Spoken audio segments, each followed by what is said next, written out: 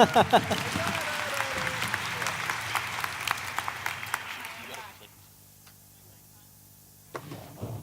I talk? I should. Oh, no. Okay, there we go. Hi, I'm back. But I'm only here to introduce our next speaker, who's a fellow YouTuber and also a maker of random things, Alan Pan. Is this on? Can they hear me? Woo! All right. Wow, this is so flippin' cool. This is awesome. Yeah, that's me. My name is Alan Pan. I have a YouTube channel called Sufficiently Advanced, and on that channel I build real working versions of like sci-fi and fantasy props and weapons and superpowers. And I don't know if you recognize the reference. A lot of people don't actually get that. It's a quote from the legendary sci-fi author Arthur C. Clarke, and the quote is, "Any sufficiently advanced technology is indistinguishable from magic." And so that's, yeah, thank you. Yes, you'd be surprised how many people don't actually recognize that quote, but I think this audience is probably a biased population to test that. And I kind of use that as sort of the theme for my channel. Now, you may recognize some of my videos, either sort of the most recent ones this year, and if they were GIFs, oh, I think they go one at a time. Yeah, there we go. Okay, so this is a punch-activated, arm-mounted flamethrower. So I strapped these onto an actual kung fu master, and it was to replicate the superpower called firebending from Avatar: The Last Airbender and Legend of Korra. Wow, this is such a cool audience. This other thing, let's see which one's gonna play this time. Oh, hit the button. Still waiting for connection. Should I hit it again?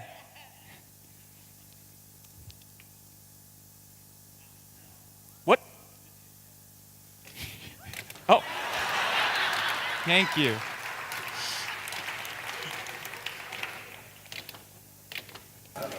Well.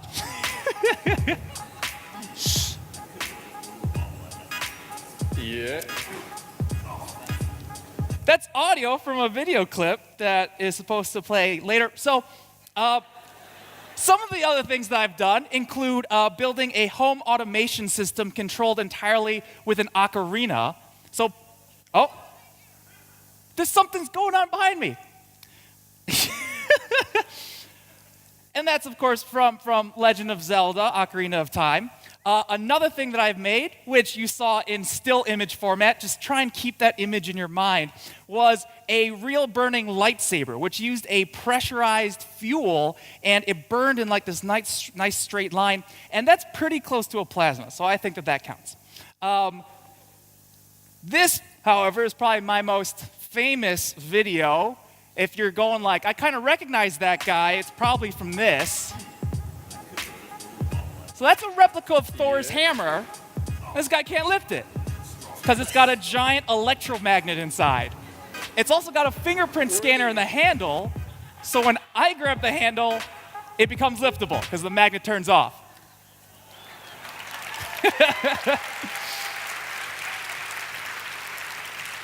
So now that series of images and sounds hopefully makes more sense.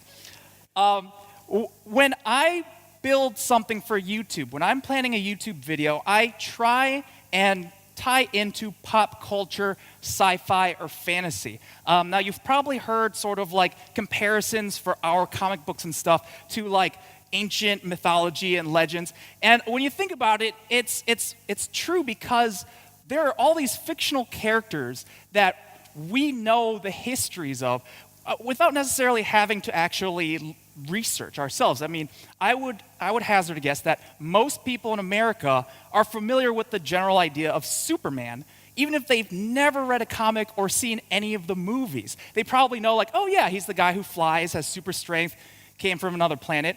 And it's this sort of shared understanding that makes it really easy to try to pretty much get your foot in the door. when you make a video based off of one of these things, it's just a way to already have sort of that familiarity, like the way that you guys like Legend of Korra and Avatar: The Last Airbender, which is great. So this video of the real Mjolnir was because if you're familiar with the MCU, the Marvel Cinematic Universe, you know that Thor's hammer in the movies does three things. It flies, it shoots electricity, and only Thor can lift it, or Vision too, that one time. To sort of celebrate the fact that there is a new Thor movie right around the corner, no spoilers, I want to watch it opening day, I have built a new hammer. This one is not unliftable, it's actually quite the opposite. This is a very light hammer. This hammer flies, hopefully. So to test this hammer out, and I really mean test, like if this successfully flies right now, it'll be the first time. To help me test out this hammer, I'm going to need someone worthy, perhaps a real-life goddess of thunder. Simone, could you come help me out with this? I want to be worthy. Let's hope that we're both worthy. So I'm going to turn this on, and just like Thor does in the movie, I have to initialize the hammer. So it has to stay still. Does it have to moments. firmware There update? we go. Yeah. Magic firmware update. So there you go. Simone will help me throw this hammer, and we're going to see if we can make that hammer fly over this way. Did you not see how bad I am at throwing? That's why I had to build a special hammer to do it for you. Oh, wait. This isn't dangerous, but I mean, Okay, just... We're responsible. Worst case scenario, this goes flying into the audience, but it weighs about 100 grams, so not a big deal.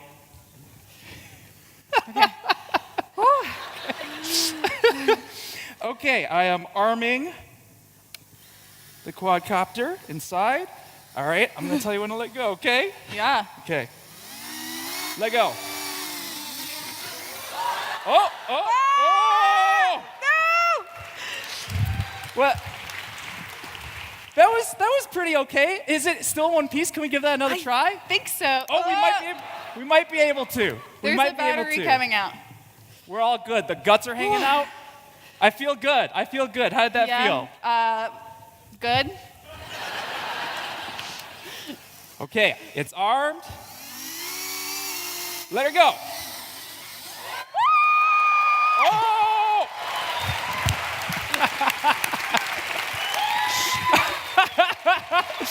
Yes! Thank you so much, Simone. Who was it that said failure is always an option? Is that? I don't remember.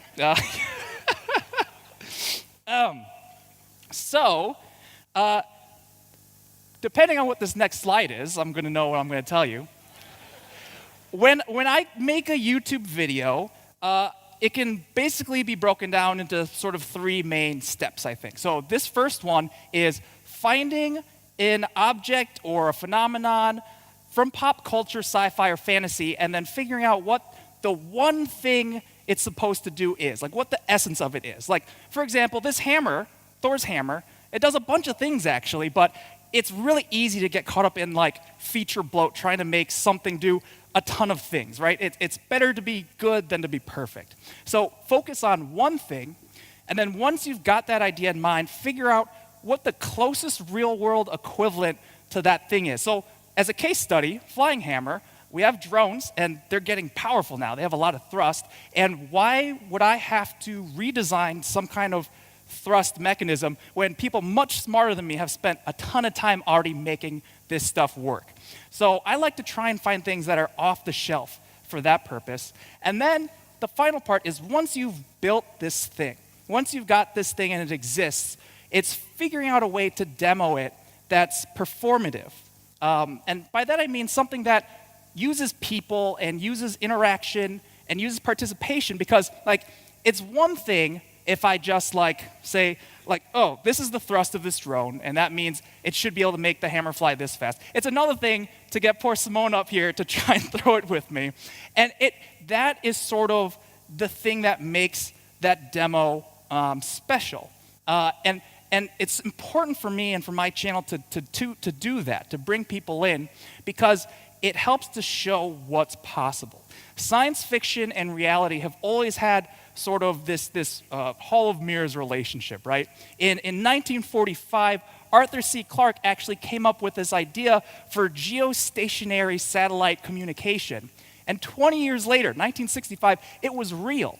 So what happens is ideas tend to bounce from sci-fi to reality, and at every pass, the idea becomes a little more advanced and a little more sophisticated.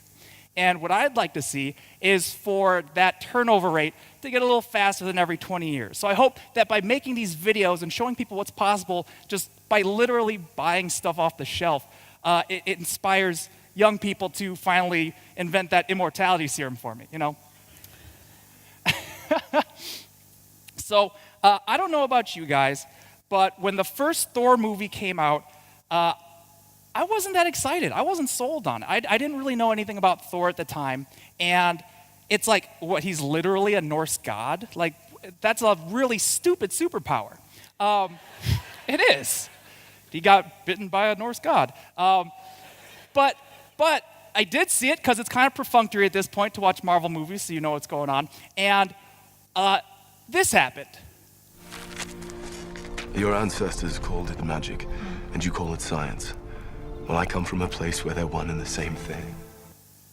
So, okay, ignoring the cheesiness of the thing in general, Marvel did something really neat there. They made Thor into not a deity, but an advanced alien. An alien with technology that was so advanced, it looked like magic. It was sufficiently advanced technology. So I think it's so fitting that the second video I ever put on YouTube was of this magic hammer made into a real hammer from this movie that sort of shared that theme that my YouTube channel was aiming for. And that video was what started my whole YouTube career. It's the reason why I'm standing on this stage right now. And the whole thing is crazy. I mean, look at this. So I did mention that there were three things that Mjolnir, Thor's hammer, does. It's unliftable, unless you're Thor. It flies, and also shoots electricity. So that's my channel. I figure we should just go through this process sort of in real time. So the first thing is we've got Thor's hammer. This is a piece of pop culture. Like, this is pretty recognizable. You all probably know what this is. And the one thing that I want to focus on it doing is shooting electricity. Now, what do I have that's just off the shelf that I can just go to the hardware store and get just to put something together? Well, I don't know if you guys know what this is.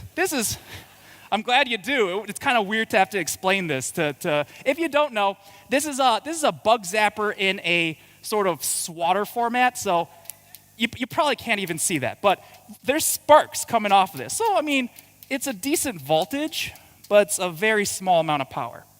But we got something going here. We've got two things, and they seem like if they come together, they could do exactly what I want to do. Now, what I have here is very dangerous. Okay.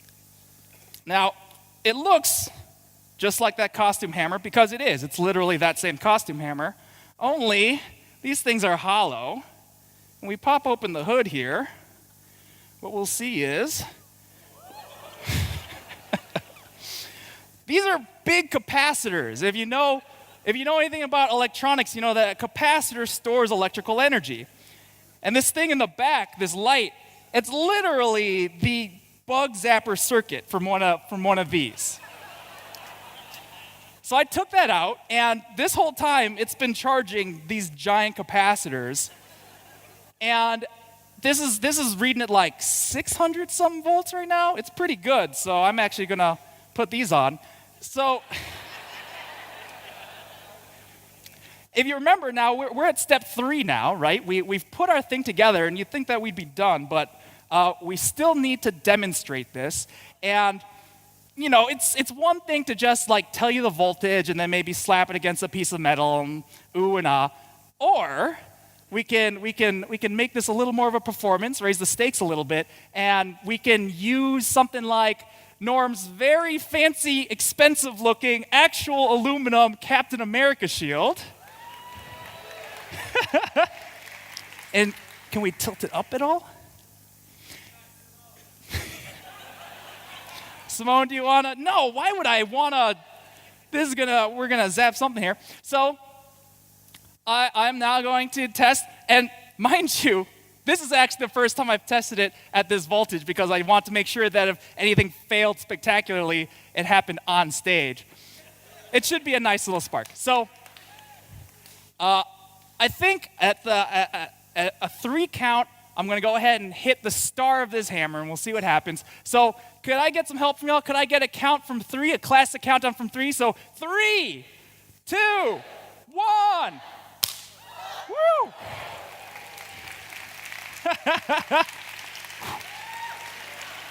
Here we go. Oh, do you see that, Norm? This is actually a shield. I'm so sorry. Thank you all so much. Make sure you check out my YouTube channel. It's officially advanced. Okay.